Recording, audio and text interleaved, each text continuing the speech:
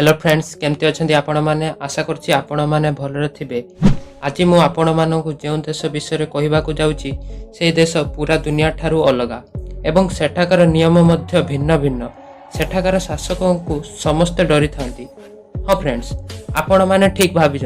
आज मु आपण मानक दुनियार सबुठ भिन्न देश नॉर्थ कोरिया विषय केतेक रोचक तथ्य कहवाक जाऊँगी।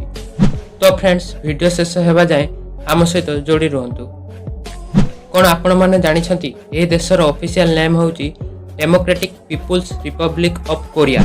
एही देशर समुदाय जनसंख्या 2,58,00,000 रु अधिक, जहाँ पृथ्वीर समुदाय जनसंख्यार 0.3%। एठारे 62% लोक सहर रे रही थांती एवं 38% लोक ग्राम रे बसवास करि थांती। आपण मानकु यह शुणी आश्चर्य लागिबो जे नॉर्थ कोरिया दुनियार एकमात्र एभली देश जोठी लोक मानकर इंटरनेट चलेबा उपरे प्रतिबंध लगा जाइछि। कहा जाए कि एठारे बड़ बड़ पद रे बसिथिबा अधिकारी माने नॉर्थ कोरियार शासक किंग जोंग उन को परमिशन द्वारा इंटरनेट चलै थांती। आपण माने तो जानिथिबे नॉर्थ कोरिया रे किंग जोंग उन को परमिशन बिना गोटे भी पत्र हली पारिबो नाही। कोन आपण माने जानिछंती नॉर्थ कोरिया रे केवल 3टी टीवी चैनल अच्छी।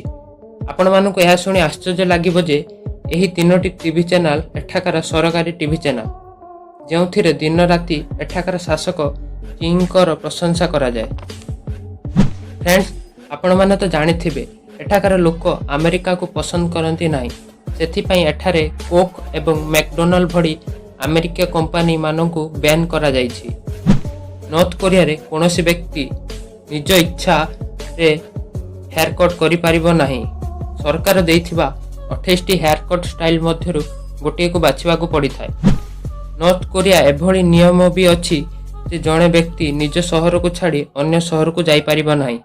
यदि कोनोसी व्यक्ति एभली करि थाए तो ताकू दंड दिया जाय थाए। सते कि एठाकार लोक नरकर जीवन यापन करूछंती। एठारो आम देशर लोक 100 गुणा भलरे अछंती, तथापि केतेक लोकों को आम महान देश भारत भल लगी न थाए। एही वीडियो रे सेमाने जानि पारुथिबे सेमानकर चिंताधारा ठीक ना भूल। एठाकार लोक माने कोनोसी बॉलीवुड किंबा हॉलीवुड मूवी देखि पारिबे नाही किंबा निज पसंदर कोनोसी गीत मध्य सुनि पारिबे नाही। कोन आपण माने जानिछंती नॉर्थ कोरिया रे कोनोसी व्यक्ति अपराध कले ताहार 3 पीढ़ी सेही अपराधर दंड भोगी थांती। आपण मानकु यह शुणी आश्चर्य लागिबो जे एबे दुनिया रे 2021 मसीहा चली बेले नॉर्थ कोरिया रे 110 मसीहा चलुची। कारण एठाकारे किंग जोंग उन को पिता किंग जोंग इल को जन्म ठारू मसीहा गणति आरंभ होइथिला। एठारे KPW करेंसी चली थाए, जहाँ इंडिया करेंसी सहित पाखापाखी समान।